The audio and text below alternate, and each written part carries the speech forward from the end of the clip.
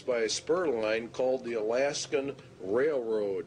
That's very interesting because under the emergency orders under FEMA, one of the railroads that gets activated and falls under their control is the Alaskan Railway.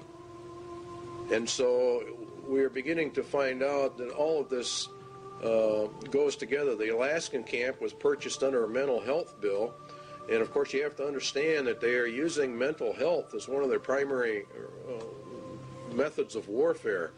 The Iron Mountain recommendations for an inquisition for social purification are also confirmed by the Lord Jesus Christ. Then shall they deliver you up to be afflicted, and shall kill you, and you shall be hated of all nations for my name's sake. This is predominantly a move against Christians and Jesus Christ. And he shall speak great words against the Most High, and shall wear out the saints of the Most High, and think to change times and laws. See, that's exactly what they're doing right now. They're changing all the laws. And it was given unto him to make war with the saints, and to overcome them, and power was given him over all kindreds, tongues, and nations. And in Revelation 17, and I saw the woman drunken with the blood of the saints, and the blood of the martyrs of Jesus.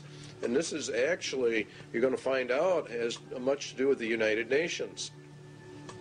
Iron Mountain substitute for war blood games has been, in effect, implemented and is being carried out. Ecological, considering the shortcomings of war as a mechanism of selective population control, it might appear that devising substitutes for this function should be comparatively simple. In other words, war kills off some people, and so now we have to have an ecological substitute for that function, and it really boils down to total population control. Current trends in warfare, the increased strategic bombing of civilians, and a greater military importance now attached to the destruction of sources of supply as opposed to purely military bases, strongly suggests that a truly qualitative improvement is in the making. In other words, as we phase down the war system, there's probably going to be one great last one in their plans to really reduce the world population. There is no question but that a universal requirement that procreation be limited to the products of artificial insemination would provide a fully adequate substitute control for the population. A universal requirement that procreation be limited to products. See how they treat people. Conception and embryonic growth taking place wholly under laboratory conditions would extend these controls to their logical conclusion. Now, total and complete control, this is what this means, of every human being born. They will be pre-selected genetically to be a slave to the rich men of the earth. This is the system they're setting up.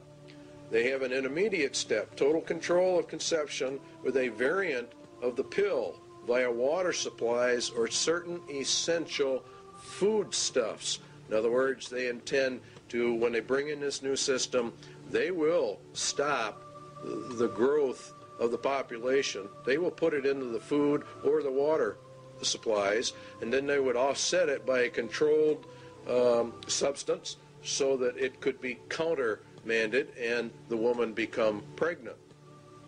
And they claim in Iron Mountain that it was already under investigation and under work back in 1961.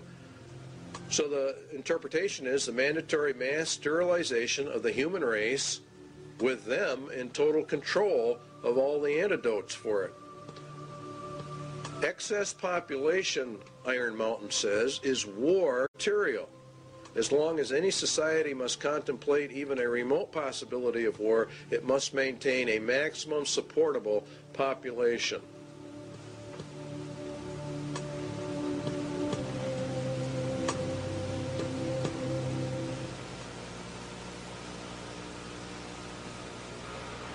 When the auditor finally gets his hands into the balance sheet.